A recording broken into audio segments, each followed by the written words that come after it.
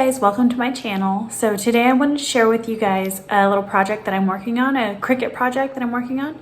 So I'm going to be making a sign for my youngest son's room to put over his crib.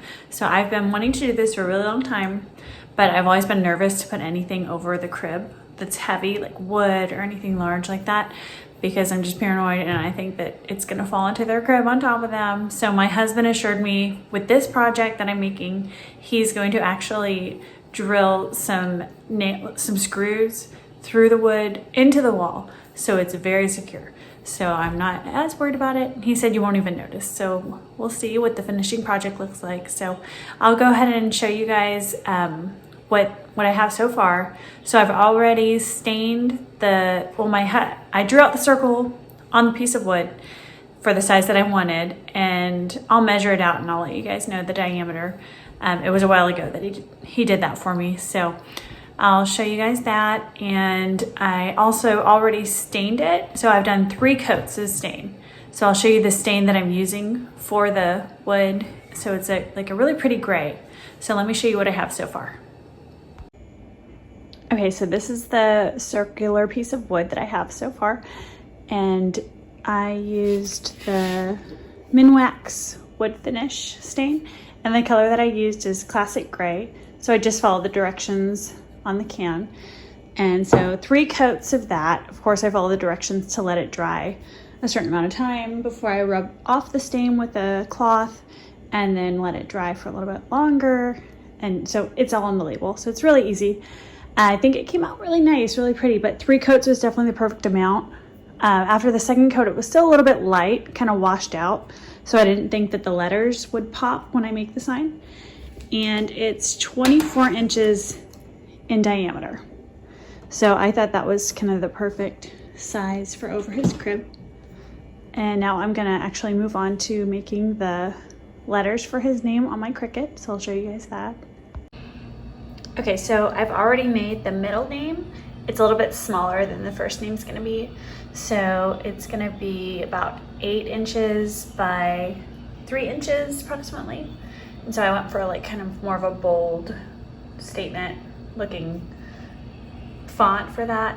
I'll check to see which font I used exactly. I'll look at my Cricut app. So I made that earlier this week because I was gonna do the first name as well at the same time, but I needed this giant mat that I did not have, and it didn't come in till later on Amazon. So I got one of those really, really large Cricut mats, a 12 by 24. So that's what I'll be using to make the first name. Okay, so this is on my Cricut app. So what I love about this Cricut design space is I was able to put a circle that's the exact same size as the wood that I'm using on here, and just that way I know kind of like how large to make the letter, how wide to make the first name and the middle name, and that way it's kind of perfect. So obviously it's 25%, so it's scaled down so I can see it on the computer, but I thought that was really awesome. It made it so much easier. So let me see, the font for this middle name is, let's see, the Bebas Nue, however you say that, but that's the font and that's the size that I used, just so you can see. Okay, and so I'm gonna actually move on to making the first name. So what I'm gonna do is I'm actually going to highlight the circle and just hide it,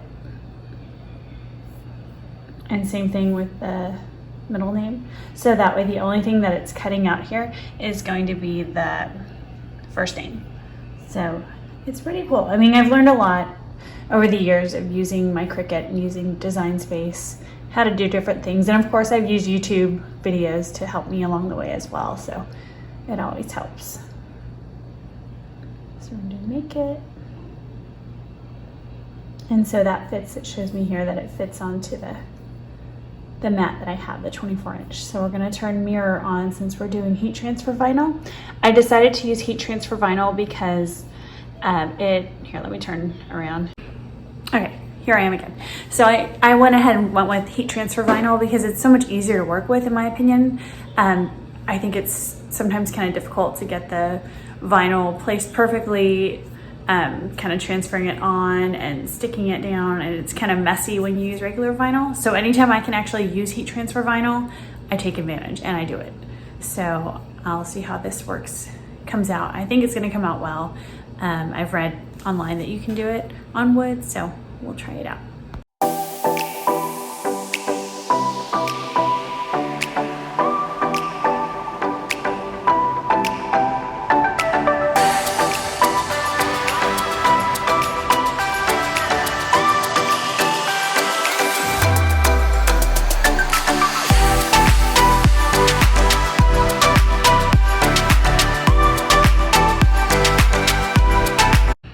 I forgot to show you the font and the dimensions of the first name that I used. So I downloaded the Austria font, and I thought it was really pretty, and it was a good contrast for the first name with the middle name being so bold. And this one's just more, I don't know, just pretty. Even though it's for a boy, it still can look kind of pretty, right? So the dimensions of the name, it's about 23 inches by almost 7, like 6.5 inches. So it's pretty big. And so let me show you the rest of what I'm doing here. Okay, so I'm gonna start getting the name off. So I'm gonna cut it down, cut off all the extra scrap pieces. It's so hard to see because it's white, so you have to really, really look and kind of move it around. I know the general area where the name is, so I'm just gonna be careful where I'm cutting.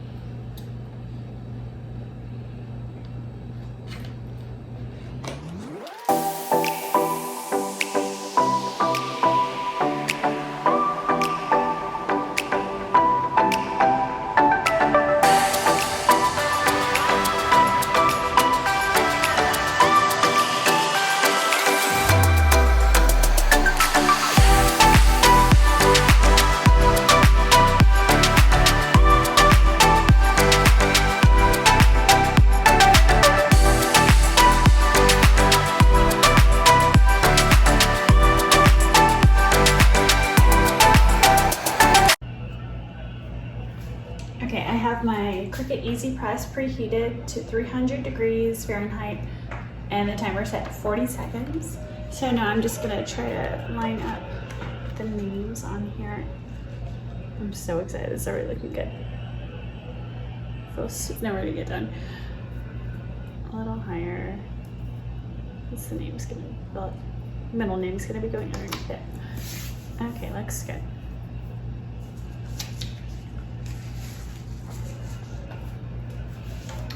Here we go.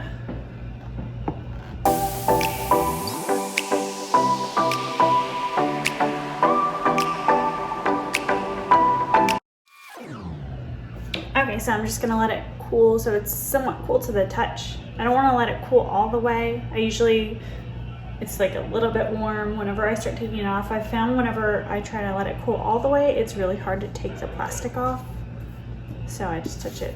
Still very hot, so not yet. Okay, for some reason it was just that little corner, I think. So I'm gonna start kind of peeling it off. And see, everything else looks fine, so I'm gonna have to work on that little corner that keeps pulling up. And see, everything else is coming off really nice.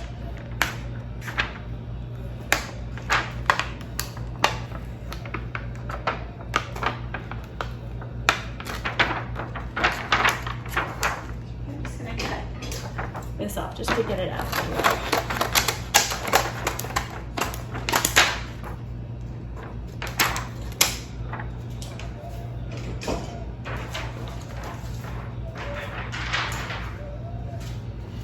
Alright, try this one little corner for some reason. It's being really stubborn.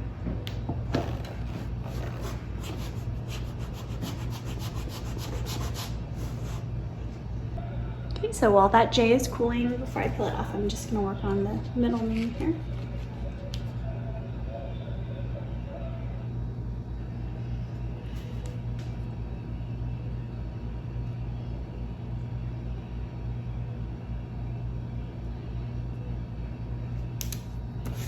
Okay, now.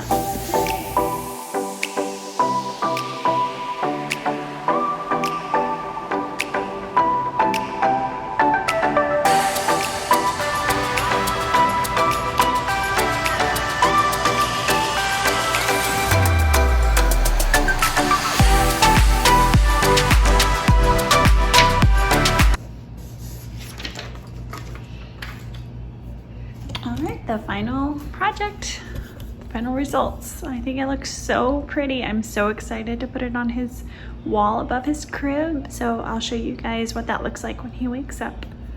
We'll get that done. Hey girl, did you brush your teeth? Okay, so this is the finished product. This is what it looks like. I'm gonna kind of, yes, Jessa? Nana, you hold me that, please. Sure, just give me 1 second, okay? Okay, so this is above his crib. So I think it came out so great. I'm so happy with the way it came out.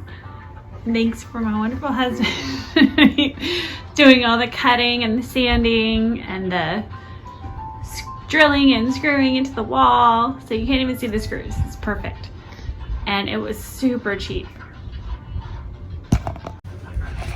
Okay, so thank you guys for watching. It was super cheap. The total for that project was $25.